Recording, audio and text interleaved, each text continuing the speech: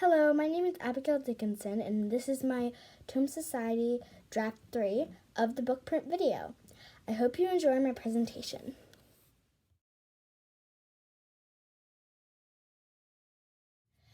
Bob books are the first book on my book print video because they were how I learned to read. Before, I had only been reading comprehension sentences and citing words about them, but a little bit before kindergarten, my mom introduced me to Bob books. And after reading the basic sight words, I started slowly reading the Bob books, and it was an important one of the building blocks I used to start reading. In the end of each book, you can find sight words that were used throughout the book. That way you can see all of the things you learned, so the parents can check off sight words on their list. Or if you wanted to memorize some school sight words, it would be good because some of the sight words would be in the book, and they would not only help you with home learning, they would help you with the extracurricular learning at school or what was required for you for homework and things like that.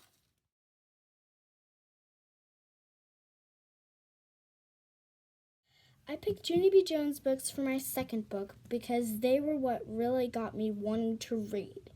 When I was first reading the books, I wasn't super sure about how I felt about chapter books. They were the first ones I had ever encountered or been asked to read. So when I started reading Junie B. Jones books, they had lots of laughs in them, and so I ended up really enjoying them. They were my first step on the really interesting book journey because with Bob books, they were awesome to help me read, but they weren't very interesting. They were like 1 or 2 sentence pages. I mean, they did advance, but the Junie B. Jones books were the most interesting ones I had seen so far because I had only been seeing picture books or sight word books. So they were super full of like funny comedy, and I loved them, absolutely loved them. I would read them over and over again. I've probably read every book in the series by now. I still do like them, but I don't read them as much because I've moved on to more advanced books. So my love for reading kind of came out of the Junie B. Jones books, and then I started reading more books, whether it was with my family or by myself.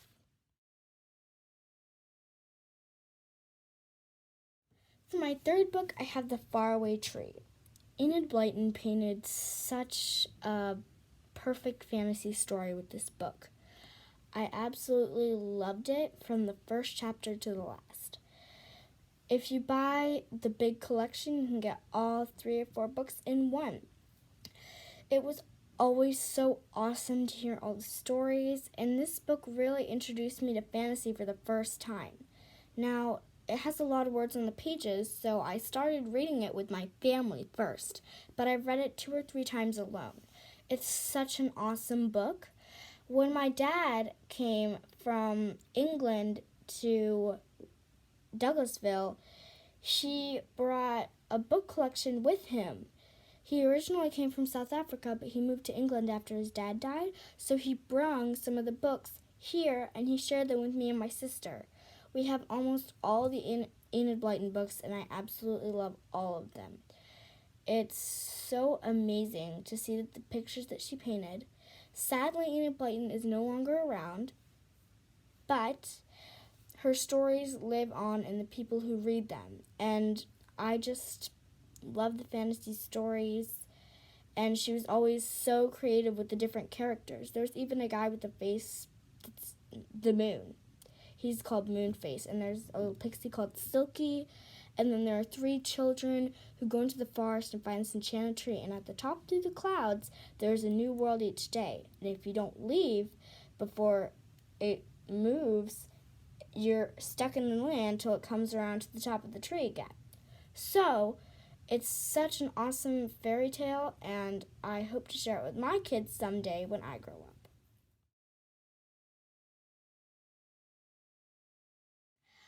I picked the Roald Dahl books for my 4th book choice. He knows just how to get kids' attention, and I just love his books. As you remember, after reading Junie B. Jones books, I loved comedy. His books had a little bit of rudeness, but not too inappropriate, and he cracked jokes all the time. Right now, as a family, we're reading Matilda, and we find ourselves laughing all the time, especially in the first part. But he has made so many books, and they're all so different. From books like Charlie and the Chocolate Factory and George's Marvelous Medicine or James and the Giant Peach to books like Witches. It's so awesome, the stories that he paints and how creative he is with coming up with the different story settings or characters.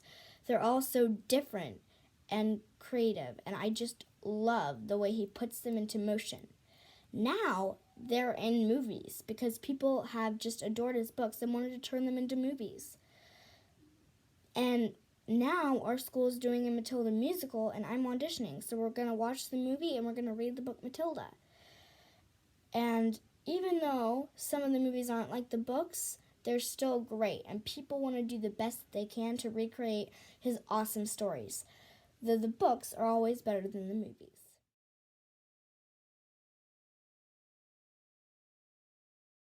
For my 5th book, it's the Tuesdays at the Castle series. I spent months reading these books, but I loved them. They can get a bit gory at times because there's a war in the first book, but it's okay for children too. I would rate it a 9 to 12 age book, but if adults wanted to read it, it would be adult appropriate too. I absolutely love the characters.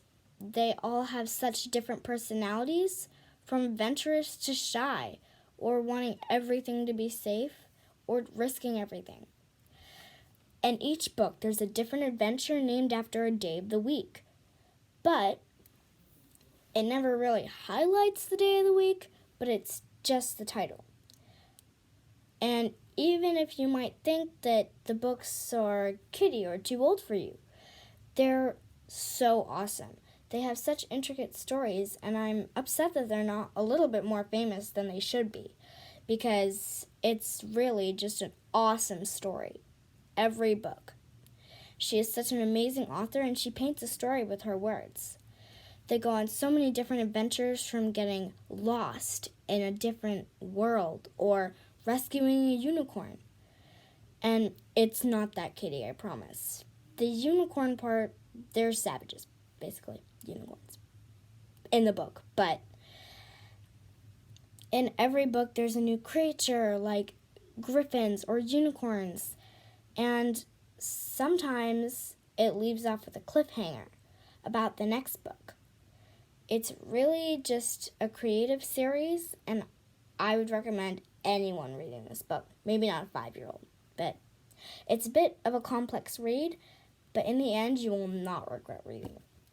I hope you enjoyed my book print video, and I hope it meets your expectations. Thank you for watching. Bye.